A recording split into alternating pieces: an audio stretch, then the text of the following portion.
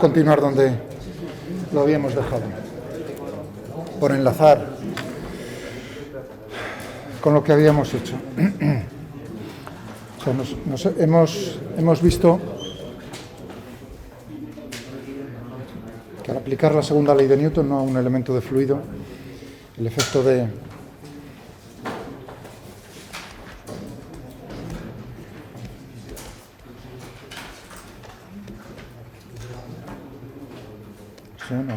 viene por las diferencias, por el gradiente.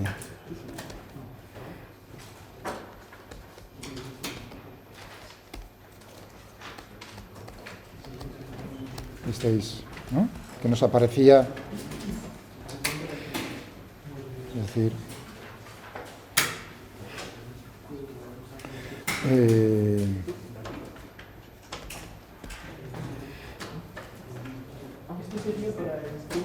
sí, o sea, estoy, digamos, enlazando, ¿no? O sea, bueno, ¿con qué nos hemos enfrentado en este problema? Luego seguimos con el tubo, pero por hacer un poco que os fijéis qué términos nos han aparecido al discutir el problema del canal en diferentes configuraciones. Pues nos aparecía, o sea, que estábamos aplicando la segunda ley de Newton, suma de fuerzas, y lo que veíamos que cuando teníamos diferencias de presión, lo que nos aparecía en la fuerza por unidad de volumen era precisamente el gradiente de presión.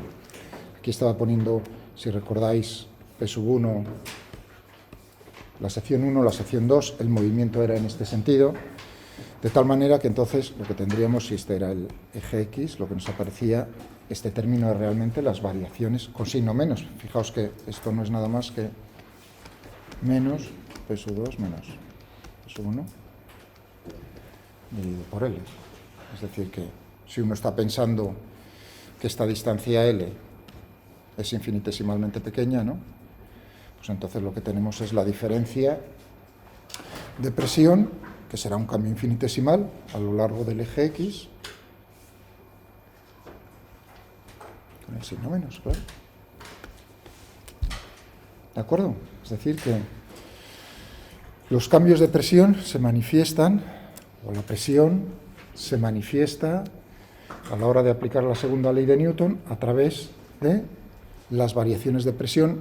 En este caso lo hemos visto, como era el movimiento en una dimensión, los cambios a lo largo de esa dimensión. Este menos viene de aquí. Fíjate que tenemos aquí eje X, el movimiento del fluido a lo largo del eje X en el sentido positivo. Entonces nos aparecía un término que era la presión en 1 menos la presión en 2 dividido por L. Tú puedes expresar eso como menos P2 menos P1. Es decir, si te estás moviendo a lo largo del eje X, esto sería entonces menos delta de P, delta de X. Para cambios infinitesimales tendríamos menos. Y esto hemos visto que era, en este problema, hacíamos que eso fuese una magnitud constante, tanto en un problema como en el otro. En el problema del canal horizontal, pues teníamos que eso tenía un valor, que era un dato, que nos daba el problema, y en el otro era 0, también nos lo decía el enunciado, en un caso. ¿Bien? ¿De acuerdo? ¿Qué ocurriría con este término si nosotros estamos pensando que el movimiento ya es tridimensional? Es decir, en X, en Y y en Z. O mejor dicho, vamos a un paso intermedio. ¿Qué ocurriría? Aquí lo que teníamos era que la velocidad solamente dependía de I, que la única componente que teníamos era a lo largo del eje X. ¿Qué ocurre? Entonces teníamos variaciones de presión únicamente a lo largo del eje X. Teníamos la simetría, nos decía estas dos cosas. ¿Qué ocurre si la presión tiene variaciones tanto en X como en Y como en Z? Veremos que entonces lo que ocurre es que tendremos naturalmente, la fuerza es un vector. Aquí lo que teníamos realmente es únicamente obteníamos la componente de ese vector a lo largo del eje X, simplemente. ¿Cómo sería en general ese vector fuerza debido a los cambios, a las variaciones de presión en el espacio?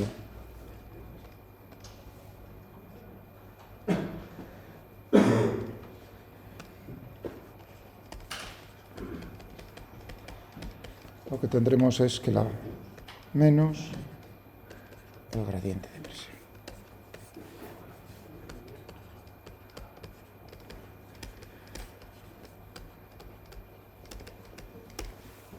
Menos grad de P. Da igual escribirlo de esta manera que de esta. Esto es un vector. Y es un vector que viene dado por menos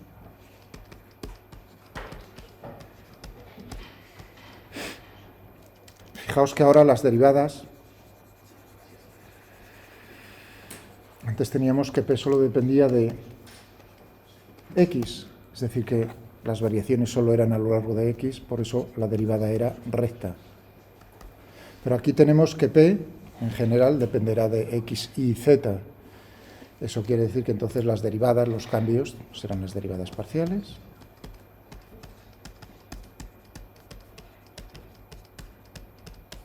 ¿De acuerdo? Esto va a ser por unidad de volumen. Fuerza debido a la presión por unidad de volumen. Lo que teníamos en nuestro caso era únicamente este término. Esto en cartesianas.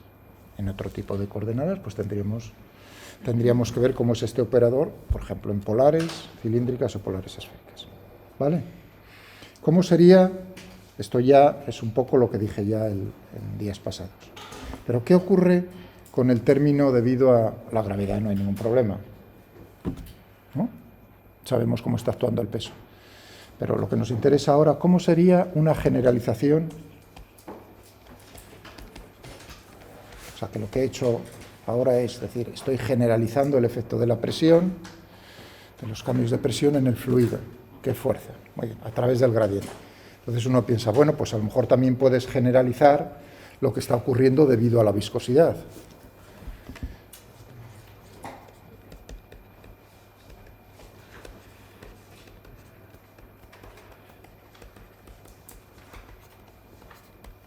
Debido a la viscosidad.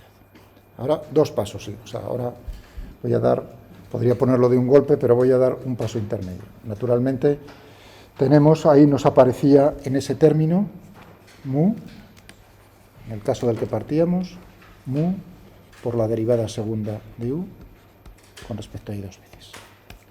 Fuerza por unidad de volumen.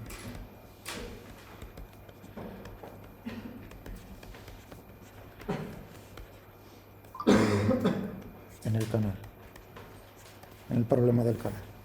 La componente a lo largo del movimiento. Esta era la componente en la dirección del movimiento.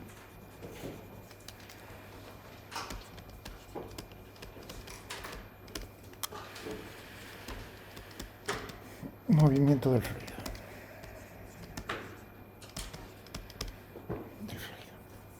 Genial. Es decir, que teníamos U de I. ¿Qué ocurre si la componente, la componente a lo largo del canal de la velocidad dependiese, ya no fuese laminar, sino que dependiese de las tres componentes? Pensemos, o sea, ahora ya nos están diciendo, bueno, eso es porque naturalmente solamente teníamos mucha simetría en el problema, ahora la estoy rompiendo un poco. Ahora, ¿qué ocurre si va a depender tanto de la posición en X como en Y como en Z? ¿Cómo sería esa fuerza por unidad de volumen en el canal? Pues la generalización es la siguiente. Tendríamos mu por lo que es el operador, ahora es lo que introduzco. Antes teníamos el operador gradiente. Ahora vamos a tener el operador laplaciano, que sería de I de Z. ¿Esto qué es el operador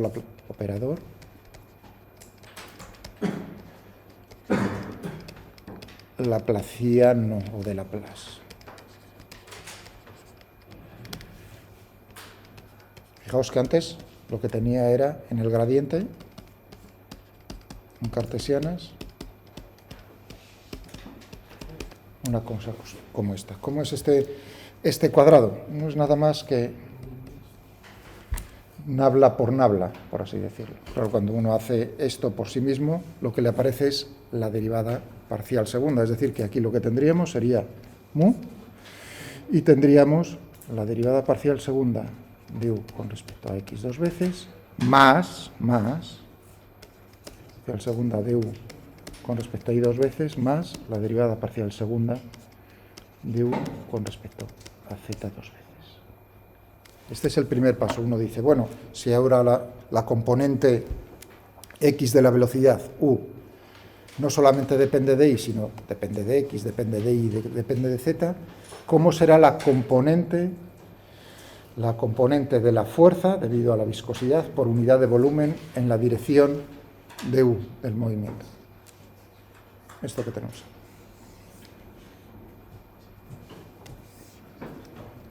Sí. ¿Por qué son más estables en vez de... ¿Perdón? ¿Por qué es? ¿Por qué pones más en vez de comas? O sea... Fíjate que estoy diciendo, es una componente, un escalar. Por eso estaba diciendo la componente. Una componente es un escalar. Por lo tanto, esta operación es un escalar. Sí, en el gradiente me daba ya el vector. Por eso he dicho, voy a dar dos pasos. Podía haberlo dicho todo de un golpe, pero dije, voy a dar un paso intermedio.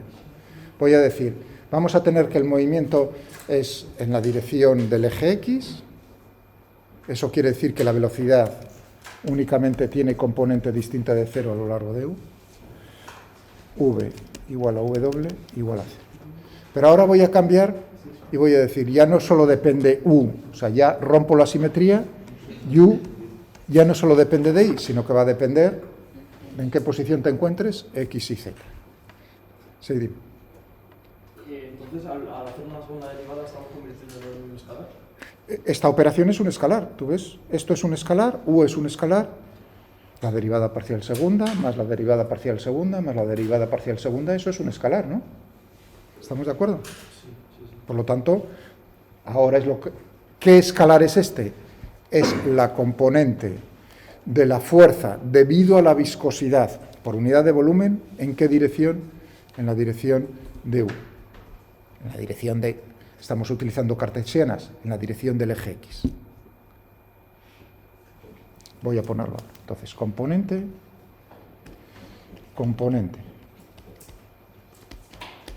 X de la fuerza debido al efecto de la viscosidad, del rozamiento,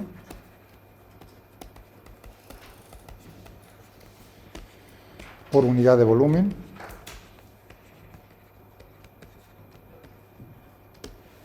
estamos con, ya os dije prácticamente desde las primeras clases, estamos con fluidos newtonianos, ¿eh? O sea que,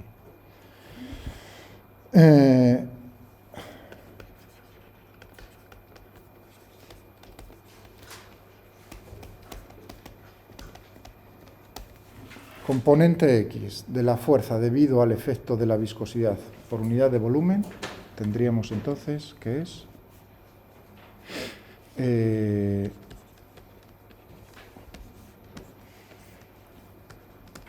siendo u la componente X de la velocidad del fluido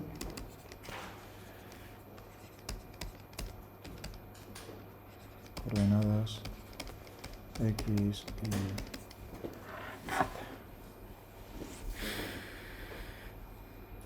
El laplaciano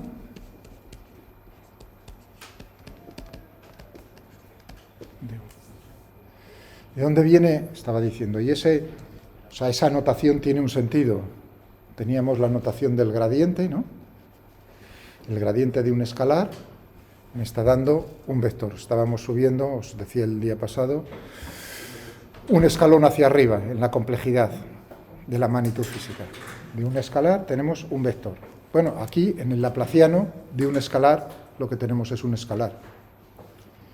Y no es nada más que pensar que nabla al cuadrado es una operación que es nabla por nabla, producto escalar.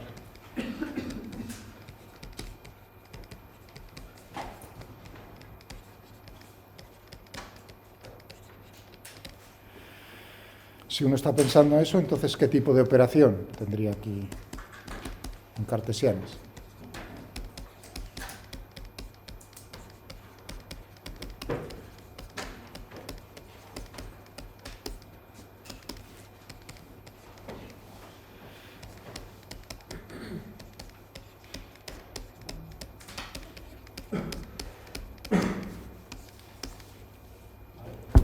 Por eso el más, no la coma, porque es un producto escalar. Un producto escalar de dos vectores es un escalar. Hombre, un escalar un poco raro porque es una operación. Entonces, si esto, ahora viene, si esto lo hago actuar, opera sobre un escalar, me da ¿sobre qué escalar me está operando? Sobre la componente x de la velocidad. Eso entonces, ¿qué me está dando? Me está dando la componente x debido a la componente x de la fuerza de rozamiento, debido a la viscosidad, por unidad de volumen.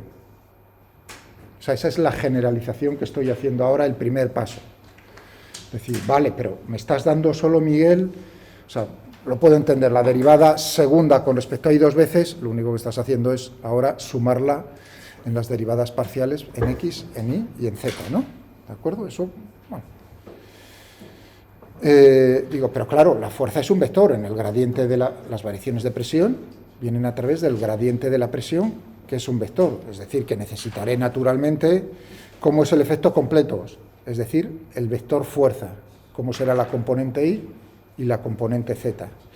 Si uno piensa esto, está pasando para la componente x de la velocidad, siempre tú puedes girar los ejes y decir, ahora lo que llamo yo x lo llamo y, lo que llamo y lo que llamo z, es decir, que naturalmente las componentes cartesianas de la fuerza, etcétera, de la fuerza, puntos suspensivos, por unidad de volumen, de la viscosidad, van a ser, para el eje y, tendremos mu, estoy llamando el vector velocidad, u, v, w. Y para la componente, es decir, el laplaciano, actuando sobre la componente y de la velocidad, para la componente z, tendremos. Esa sería lo que estoy diciendo. Ya este problema me está sacando, ahora sí, estos son matemáticas, pero digamos, mi intención con el problema es que entendieseis, claro, porque uno ahora puede decir, pues mira, la fuerza debido a la viscosidad por unidad de volumen en un elemento de fluido, y ahora uno lo escribe en forma vectorial, para que veas eso, forma vectorial,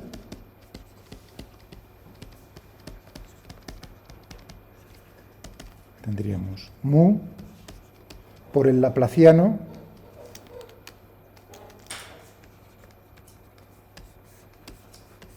de tal manera que el laplaciano, sí. La fuerza, ¿cómo la denotas? ¿Con qué términos? O sea, aquí es igual esa fuerza. Pues la fuerza por unidad de volumen debido a la viscosidad. Si es un elemento infinitesimal de fluido, esa fuerza será infinitesimal, el volumen será infinitesimal. ¿De acuerdo? Esto es lo que me lleva. No utilizo ninguna notación especial, simplemente saber que es fuerza por unidad de volumen. ¿De acuerdo? Lo bonito de esto es que si uno llegaremos, o sea, esto todavía le daré, esto ha sido, digamos, un adelanto, que está pidiéndome esto, decir, generalizar. Ya veréis cómo lo voy a explicar, este término, de dos maneras más. Es decir, entraré más en detalle porque este término es muy importante. Si yo tengo esto, y ahora digo, claro, lo has hecho para cartesianas, pero esto es válido para cualquier tipo de coordenadas.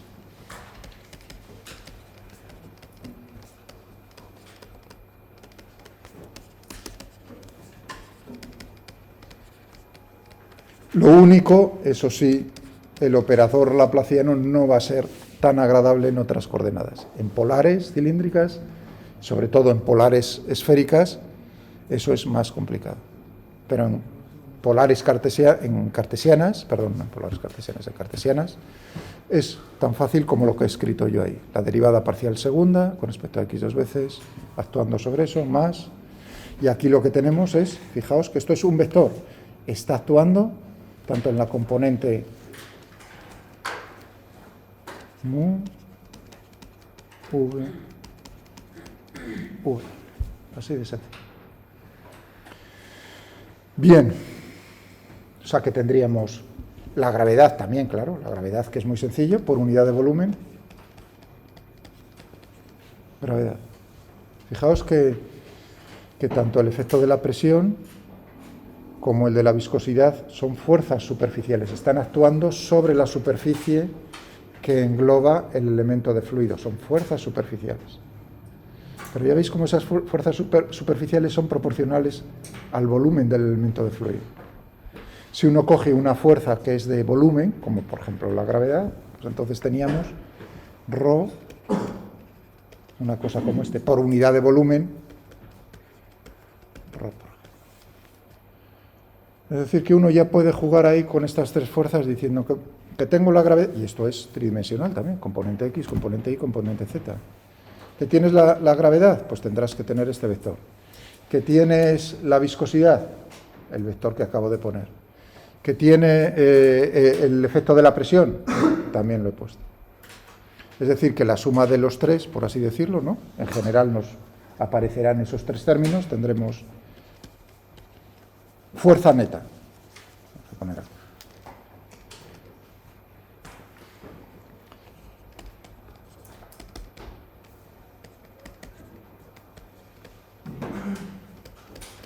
Esas fuerzas, la fuerza neta será entonces pues, por unidad de volumen.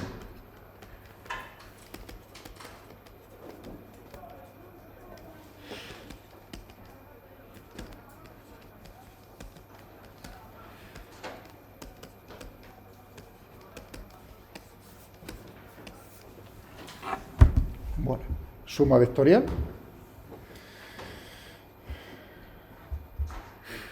Que sea el fluido newtoniano se refleja en que va a ser de esta manera el efecto de la viscosidad. Fijaos que llegábamos a lo de la derivada segunda, naturalmente imponiendo, si recordáis, lo del esto. ¿Recordáis? Esto era el eje Y.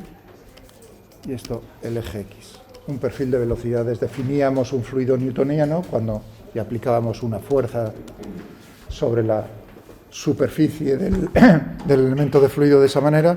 Entonces, que sea newtoniano nos llevaba a que nos aparecía la derivada segunda de Y. Eso me lleva a la generalización para X y Z y me lleva para las tres componentes de la fuerza. Es decir, que este término es así en fluidos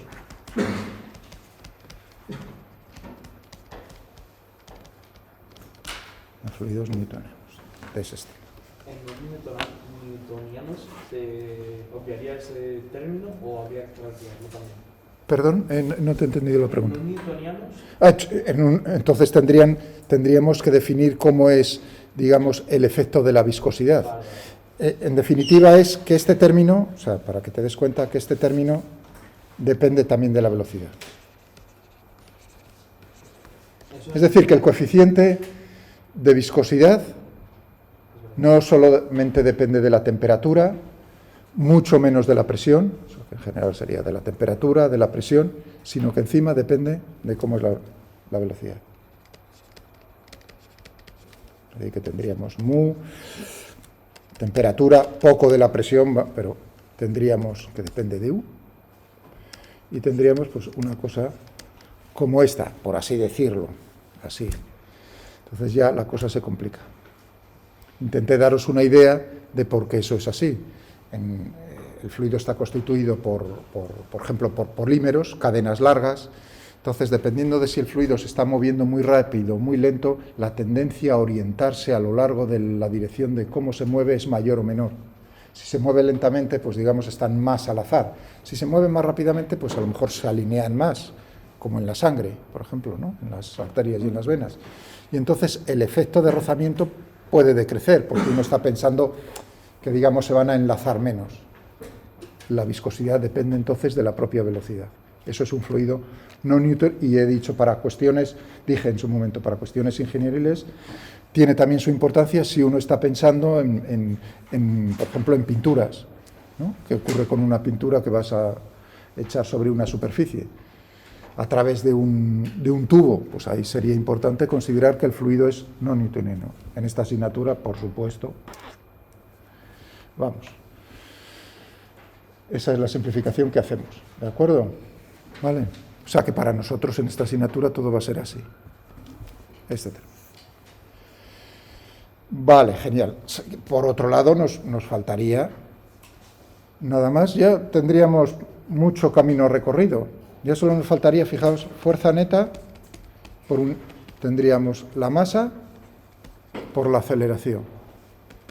La masa por el cambio de la velocidad con respecto al tiempo. Si yo lo escribo con una D grande en vez del elemento de fluido, realmente por unidad de volumen, tendríamos la segunda ley de Newton, la ecuación de Navier-Stokes, que si el fluido es ideal, es decir, que nos falta ese término que es importante, claro. Hemos hecho problemas en los cuales eso es cero, ¿os dais cuenta? Que no necesito nada más que la suma de fuerzas. En un fluido ideal, ¿qué creéis que va a pasar? Pues naturalmente que al ser mu, este término es cero. De tal manera que tendríamos, si aquí teníamos estos tres, pues tendríamos en un fluido ideal, en el que solo tuviésemos la gravedad, pues tendríamos, ¿no?, por unidad de volumen, ρ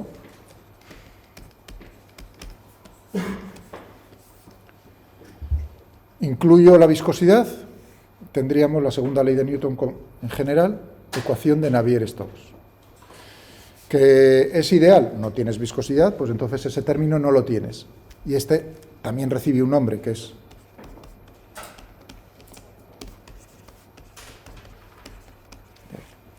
que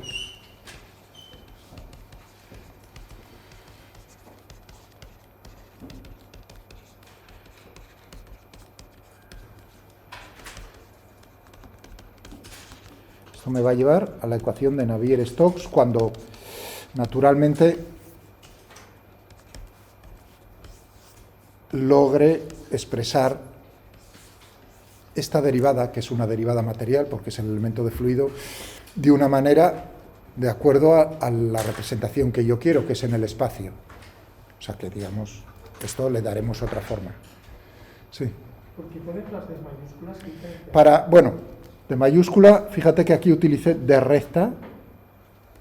Bueno, pues en fluidos, esta sería la aceleración del elemento de fluido. Fíjate, ahora es importante decir, ¿cómo vamos a llegar a las ecuaciones del movimiento del fluido? Como en todo problema en física, se aplican al sistema, no se aplican a un volumen, se aplican a un cuerpo determinado. El cuerpo que estamos escogiendo es un elemento de fluido. El paso que queremos dar es cómo eso que es lo natural en la mecánica clásica, cómo lo trasladamos al espacio. Lo hemos trasladado lo de las fuerzas, los términos de la izquierda con este ejemplo ya los hemos trasladado un poco, o sea, esta generalización que he hecho yo.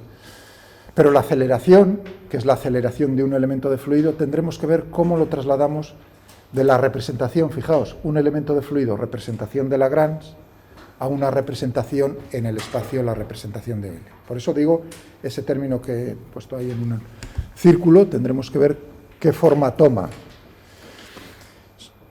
¿Por qué las Ds grandes? Es una notación. Esa pregunta que no he terminado de contestar, que me he enrollado. ¿Por qué, Miguel, utilizas no la D minúscula recta y utilizas...? Eso es notación.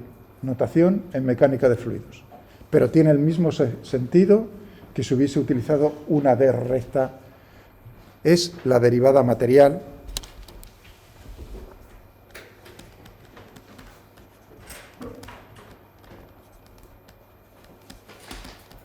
y lo de material es porque es como son los cambios que están ocurriendo para un elemento de fluido. ¿Vale? Bien. Pero no os sigo por... O sea, ya con esto de las matemáticas hasta ahora, pasemos al problema del... Una duda. ¿Sí? ¿Cómo? Antes de que lo borres, ¿por qué has puesto diferencial de U, no diferencial de U? Pues una... Bueno, es una... Sí, perdón. Es una U, no. He utilizado U, tienes toda la razón. Ahí fue un cambio en la notación totalmente innecesario con lo que estaba... Estaba pensando, como normalmente en mecánica utilizo V como vector, y ahora mismo se me pasó. ¿Perdón? No, es la U. Tienes toda la razón en llamarme la atención en la notación. Lo mismo que os digo, la notación clara, ahí yo no he sido claro. He utilizado U, vector, como vector velocidad. Por lo tanto, ahí tendría que haber puesto la U y no la V, que ahí se me pasa, me patinó la neurona. ¿Más? ¿Habéis visto lo de la notación clara? O sea, que es en ambos sentidos. Me llamáis la atención, que por supuesto tenéis razón. Bien, o sea que aquí también tendría una U y aquí una U. Tendría poco sentido escribir aquí U y aquí V en cualquier caso. Eso sería una tontería. Bien. Bueno, pues intentemos el problema.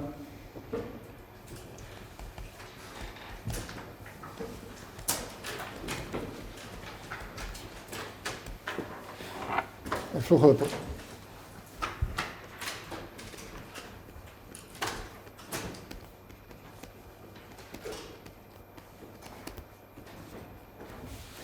O Hagen, como se pronuncia en francés, lo de Poiseuil, que no lo... Ahí también, si hay alguno que sepa francés, me lo puede decir cómo se pronuncia. Bueno, ¿en qué consiste el problema? Una tubería de sección circular uniforme, es decir, que toda no decrece, y tenemos fluido dentro. Fluido es un flujo laminar y estacionario. Flujo laminar y estacionario.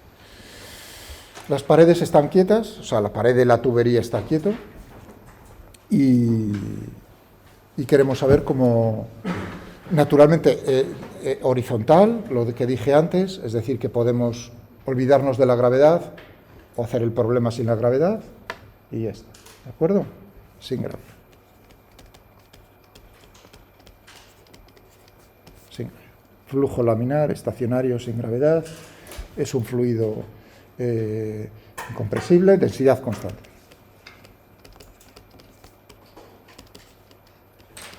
Densidad uniforme.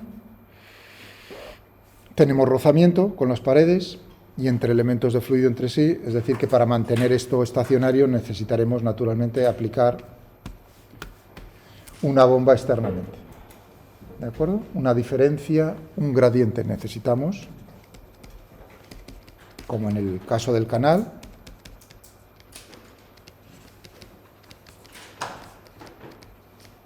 Del canal, aplicar una diferencia de presión entre los extremos.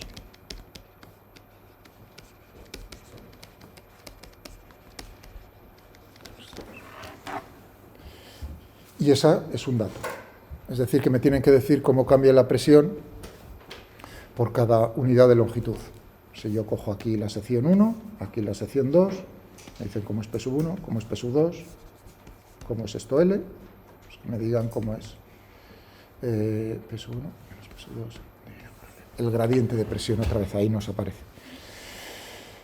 Genial. Me dan naturalmente cómo son las dimensiones y ya está. Queremos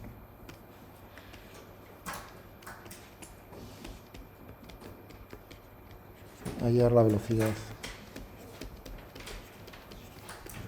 del fluido en el tubo. Y a partir de ahí pues podemos calcular otra vez cómo es el flujo de masa, el flujo de volumen o caudal, y podemos calcular también qué potencia tiene que estar mínima, tiene que estar ejerciendo la bomba externa para mantener eso. Los extremos, el tubo es infinitamente largo, es decir, que despreciamos los efectos del Bohr. Bueno, pues vamos a por ello. ¿Qué será escoger, como dibujé antes? Vamos a aplicarle la segunda ley de Newton a un elemento de fluido. Un elemento de fluido finito, por ejemplo, vamos a aplicárselo entre 1 y 2, siendo esto L. Naturalmente si esto es R mayúscula, pues me estoy fijando en un elemento cilíndrico macizo de fluido de radio R minúscula. Se está moviendo. Vamos a llamarle si queréis, el eje Z. Porque claro, esto tiene simetría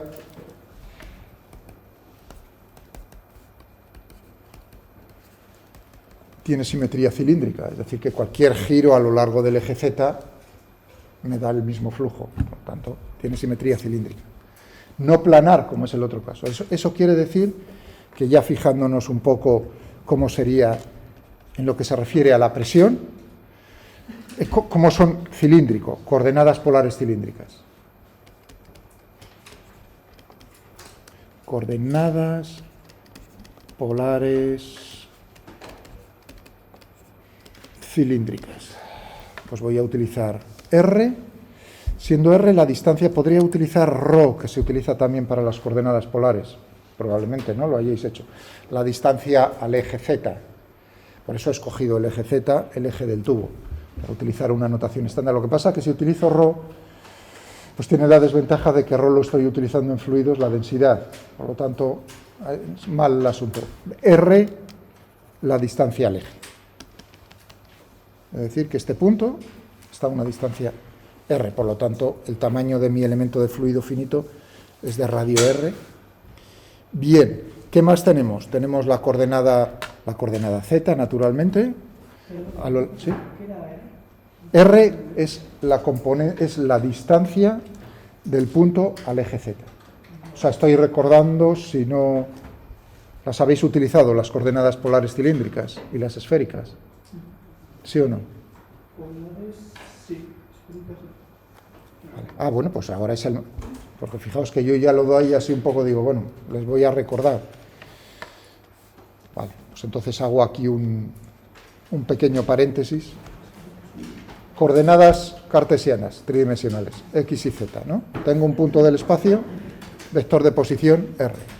¿Cómo puedo denotar la posición de esto? Pues por las coordenadas polares cilíndricas. ¿Y cuáles son esas? Una es la propia, estoy haciendo la proyección sobre el eje Z, la propia componente Z. Luego tengo la distancia, la distancia al eje Z. No esta, ahí es donde, y normalmente en vez de utilizar la letra R, se utiliza en los libros ρ, distancia al eje Z. Por eso aquí, debido a que ρ lo uso para la densidad, no quiero usar ρ, sino R no es R, sino la distancia al eje Z, que en los libros se utiliza normalmente ρ.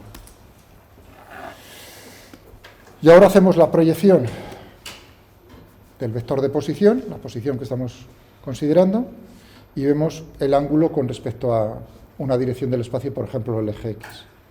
Ese ángulo lo podemos llamar, si queréis, el ángulo φ. Φ. Como este lo utilizo voy a escribirlo así. Es decir, que tendríamos de esa manera. Estas son las coordenadas polares cilíndricas. Sería como que un cilindro. Pero, claro, En las coordenadas polares esféricas, ya que estamos en eso, ¿qué se utiliza? Se utiliza la distancia, y ahí es donde me pego un tiro, la distancia al origen de coordenadas, que uno utilizaría R, la distancia en este caso, utilizaríamos la colatitud, el ángulo que forma ese vector con el eje Z, el vector de posición, θ,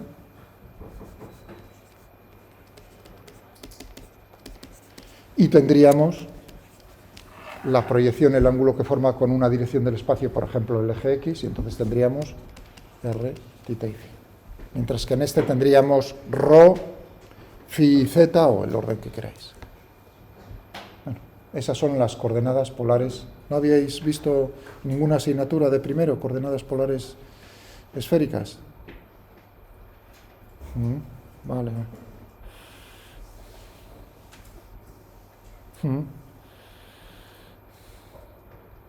¿Cómo es, ahora es conveniente quizás eso, cómo sería un elemento, porque claro, lo voy a necesitar, cómo es un elemento quizás, un elemento de volumen infinitesimal en coordenadas polares cilíndricas? Con R diferencial de R. O sea, ahora, un volumen infinitesimal, cartesianas. Eso os tiene que sonar de al jacobiano, ¿no? Una cosa así, ¿no? Sí. Eso sí. Eso es la memoria, es decir, sabía, ahí le expliqué. Seguro que les han dado en matemáticas lo del jacobiano y cómo haces una transformación de coordenadas cartesianas, una integral de superficie, de volumen, de cartesianas, ¿no? Ahora es, por si acaso, mejor no darle ideas. Bueno, pero sí es.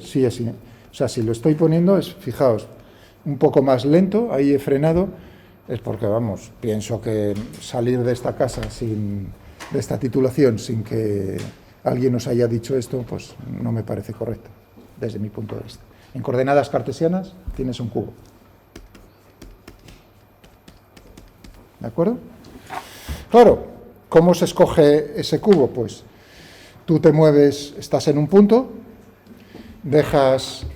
tengo tres coordenadas, X y Z, dejas dos constantes, y Z, y me muevo en la dirección, dejo variar X, es decir, a lo largo del eje X, una arista, una distancia diferencial de X. Ahora, dejo constante X, Z y dejo variar únicamente Y, me muevo a lo largo del eje Y, diferencial de Y. Z, lo mismo, diferencial de X es un cubo, el volumen, diferencial de X, el truco, por llamarlo truco, en cualquier otro tipo de coordenadas, es exactamente lo mismo. Dejo constante dos de ellas y dejo variar una de ellas. Por ejemplo, en coordenadas polares, en polares cilíndricas, dejo constante Z, el punto, y me muevo y dejo constante el ángulo, φ, y lo único que dejo variar es R, la distancia al eje Z. Eso sería, me va a crear una distancia diferencial de R. Un cubo infinitesimal de arista diferencial de R. Ahora dejo R quieto, dejo el ángulo quieto y dejo variar Z. Me da una arista diferencial de Z. Pero ahora dejo quieto R y Z y dejo variar el ángulo. Visto desde arriba, la proyección, el plano XY, sería pasar de este φ a este φ más diferencial de φ. Pero estoy a una distancia R del eje Z. Eso quiere decir que esta arista, ¿qué valor tiene? R por el ángulo, R diferencial de Y. Este es el diferencial de volumen en coordenadas polares cilíndricas. Y ahí también podríamos encontrar superficies, etcétera, etcétera. R, diferencial de R, diferencial de φ, diferencial de Z. O diferencial de ρ, si lo veis en los libros.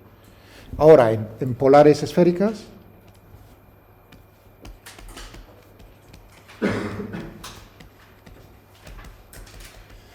otra vez, constantes, dejo variar R, diferencial de R.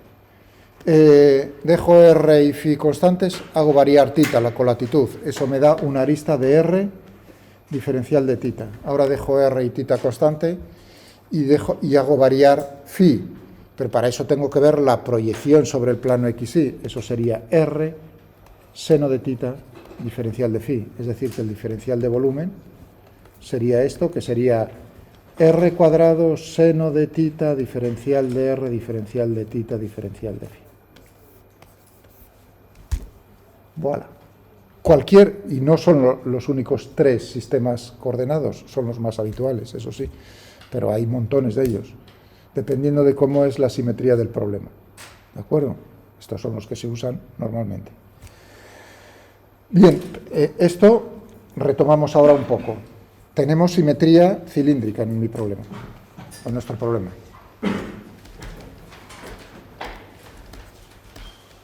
¿Eso qué quiere decir acerca de la velocidad? Tendremos en la velocidad U, tendremos, vamos a ver cómo lo escribimos, tendremos una componente radial perpendicular al eje, tendremos una componente Uφ y tendremos una componente UZ. UZ sería lo que hemos escrito hasta ahora, W. La componente a lo largo en la dirección UR, tendríamos esta componente, ¿cómo sería? Si estamos pensando en una circunferencia, sería la componente de la velocidad tangente a la circunferencia, perpendicular al plano del dibujo. ¿De acuerdo? Una trayectoria circular. Y UZ, naturalmente, en la dirección del eje GZ. ¿Lo entendéis? Las componentes. Tendría 3 componentes, ya no son cartesianas, 3 componentes de la velocidad, pero en las direcciones correspondientes al sistema de coordenadas de componentes polares. UFI, fíjate, lo miro, esta es la sección transversal, ¿no? Lo miro de frente, es decir, por aquí. Entonces esta sería la distancia al eje Z, R. Entonces tendríamos una componente de la velocidad alejándome del eje Z, U sub R, y tendríamos una componente, si estoy midiendo, este es el eje X, este es el ángulo phi, entonces tenemos una componente perpendicular en el plano XY, perpendicular a la dirección radial, es decir, en la dirección tangencial.